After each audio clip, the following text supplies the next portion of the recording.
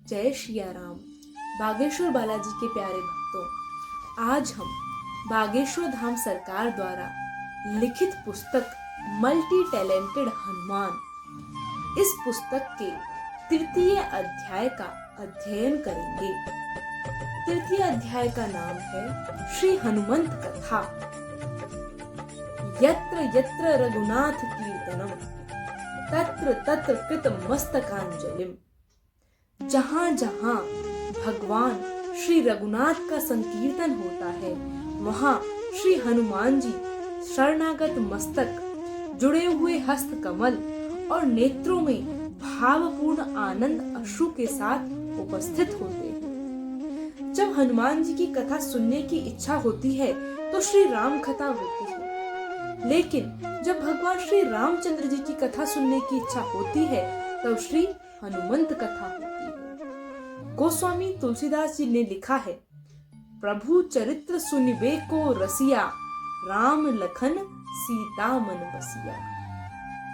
श्री हनुमान जी राम कथा सुनने के रसिक हैं। उन्हें श्री राम कथा सुनना बहुत अच्छा लगता है।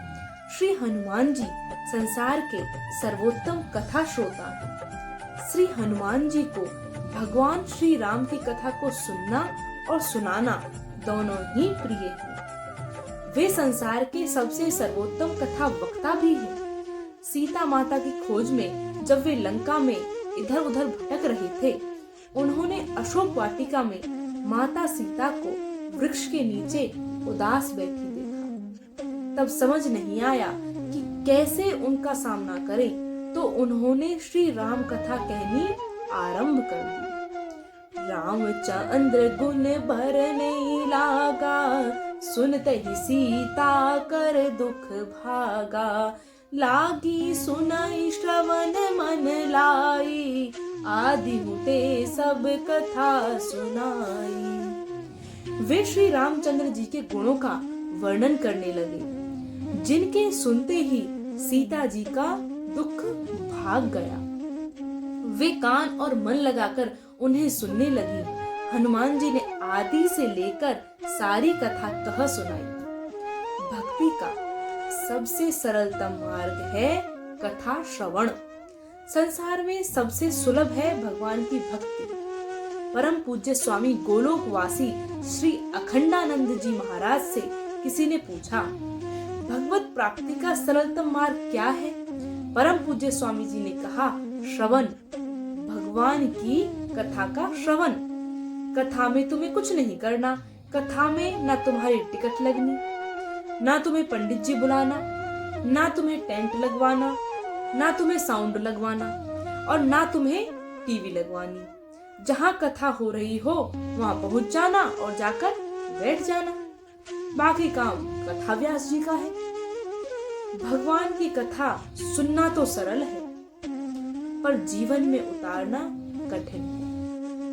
बहुत से लोग केवल सुनते ही हैं, उसे अपने जीवन में उतारते नहीं हैं। एक आदमी बोला, हमने कई कथाएं सुन ली पर कुछ हुआ नहीं।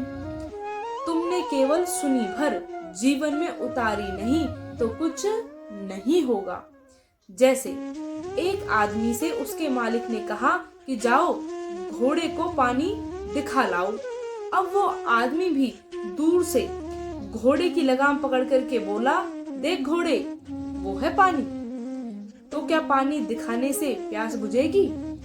प्यास तो तभी बुझेगी जब पानी को पिया जाएगा। वैसे ही केवल कथा सुनने से मन की प्यास नहीं बुझेगी। कथा को जब तक तुम जीवन में उतारोगे नहीं, तब तक तुम्हारे जीवन में भक्ति नहीं उतरेगी। भक्ति को उतारने के लिए कथा को कानों के द्वारा पीकर हृदय में उतारना पड़ेगा, जीवन में उतारना पड़ेगा। परंतु कथा में सबका मन नहीं लगता। कथा होत के बीच में पाप उठे अकुलाए, या सोवे या लड़ पड़े, या उठकर भाग जाए। मन सिद्धों का लगता है, साधकों को तो मन लगाना पड़ता है। बहुत से लोग कहते हैं हमने कथा सुन ली पर कल्याण नहीं हुआ।